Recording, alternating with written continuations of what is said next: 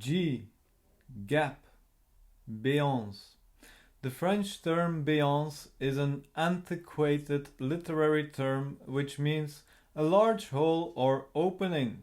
It is also a scientific term used in medicine to denote the opening of the larynx. The term is used in several ways in Lacan's work. In 1946 he speaks of an interrogative gap which opens up in madness, when the subject is perplexed by the phenomena which he experiences, hallucinations, etc. In the early 1950s, the term comes to refer to the fundamental rupture between man and nature, which is due to the fact that in man the imaginary relation has deviated insofar as that is where the gap is produced, whereby death makes itself felt. This gap between man and nature is evident in the mirror stage. One has to assume a certain biological gap in him, man, which I tried to define when I talked to you about the mirror stage. The human being has a special relation with his own image, a relation of gap, of alienating tension.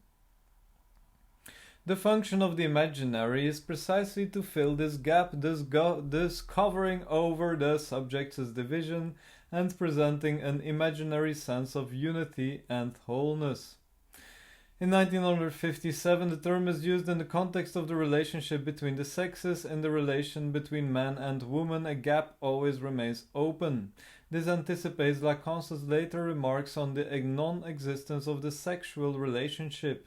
In 1964, Lacan argues that the relation of the subject to the big other is entirely produced in a process of gap, and states that the subject is constituted by a gap, since the subject is essentially divided, see split.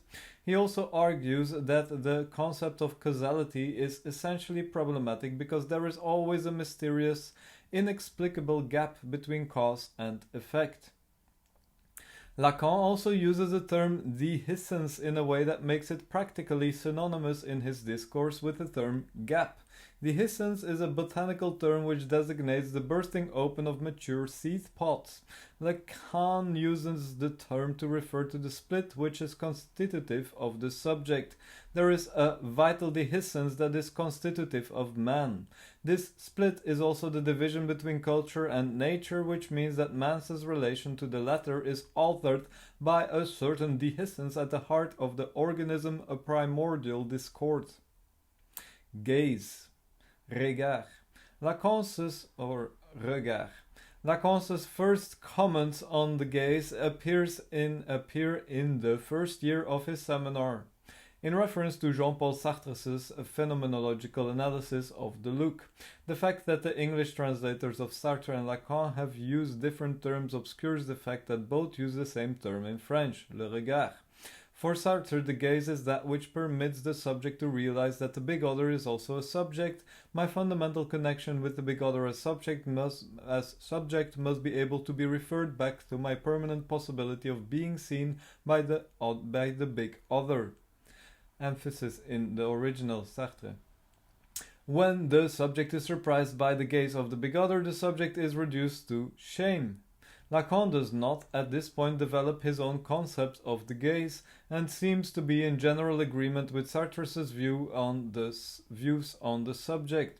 Lacan is especially taken with Sartre's view that the gaze does not necessarily concern the organ of sight. Of course, what most often manifests a look is the convergence of two ocular globes in my direction, but the look will be given just as well on occasion when there is a rustling of branches, or the sound of a footstep followed by silence, or the slight opening of a shutter, or a light movement of a curtain.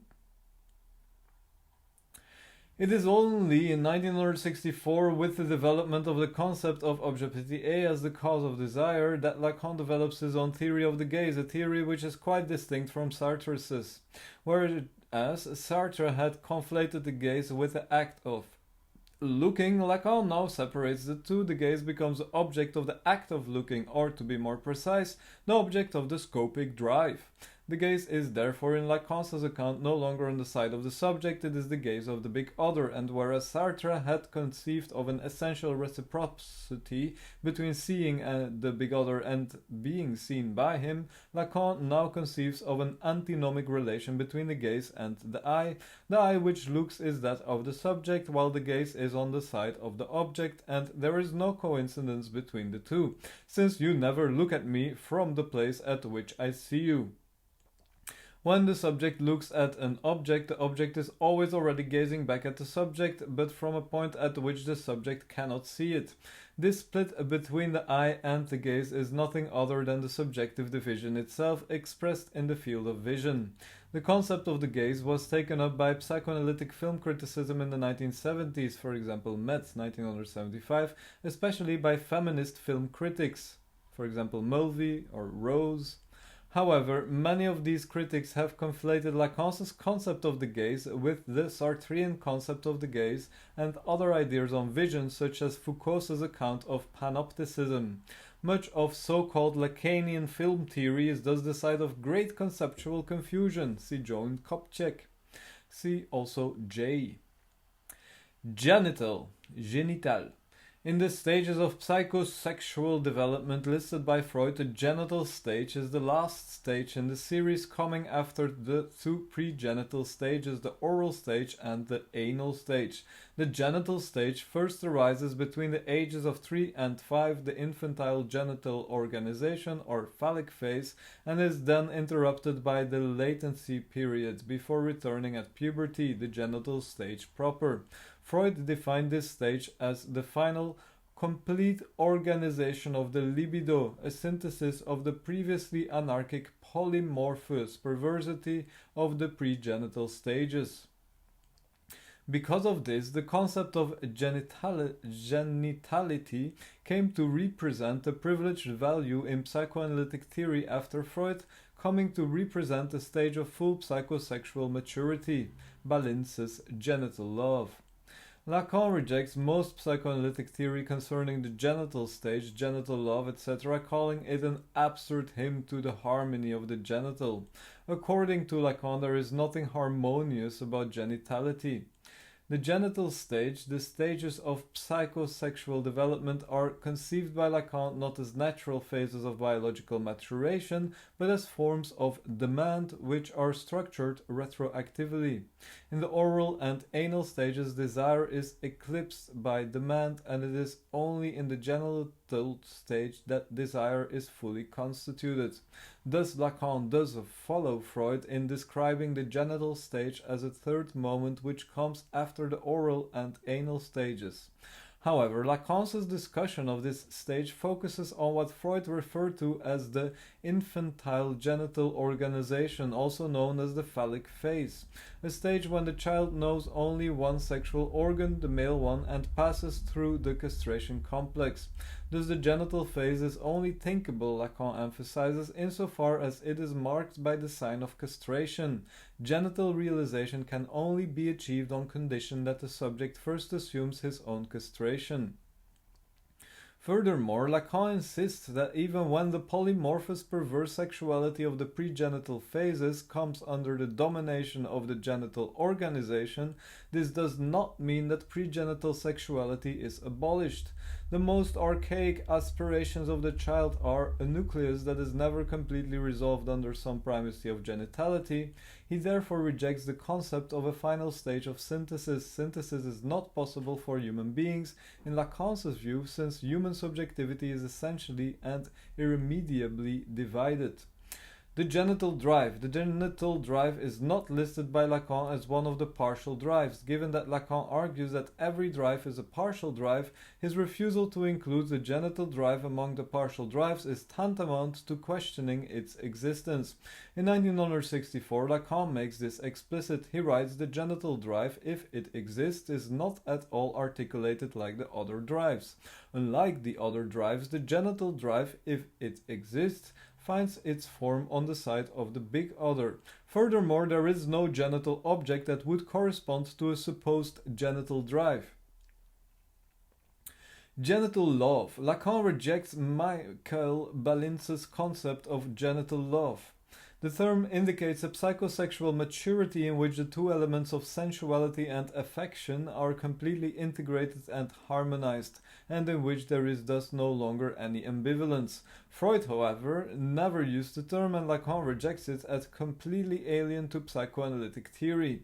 For Lacan, the idea of final psychosexual maturity and synthesis implied in the term genital love is an illusion which completely overlooks the barriers and snubs or Erniedrigungen that are so common even in the most fulfilled love relation. There is no such thing as a post-ambivalent object relation.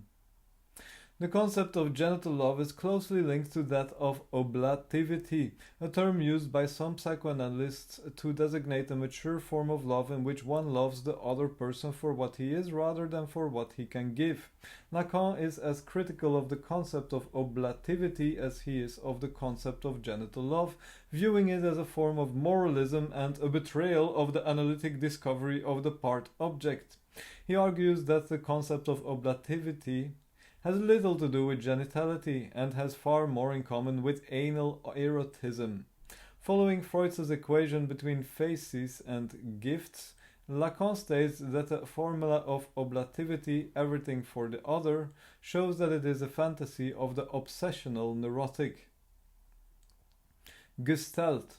Gestalt is a German word meaning an organized pattern or whole which has properties other than those of its components in isolation.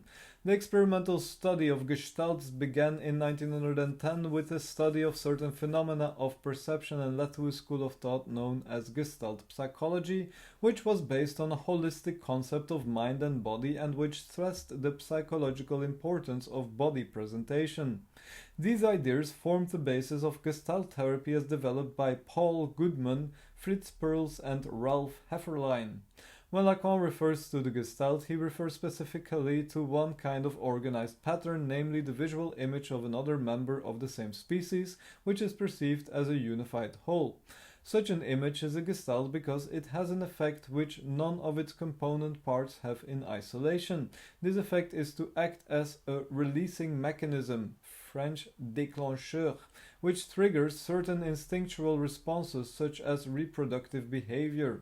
In other words, when an animal perceives a unified image of another member of its species, it responds in certain instinctual ways.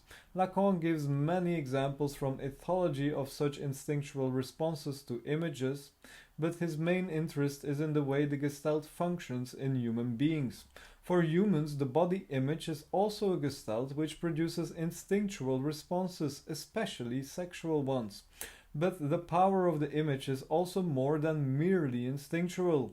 It constitutes the essential captivating power of the specular image, see captation.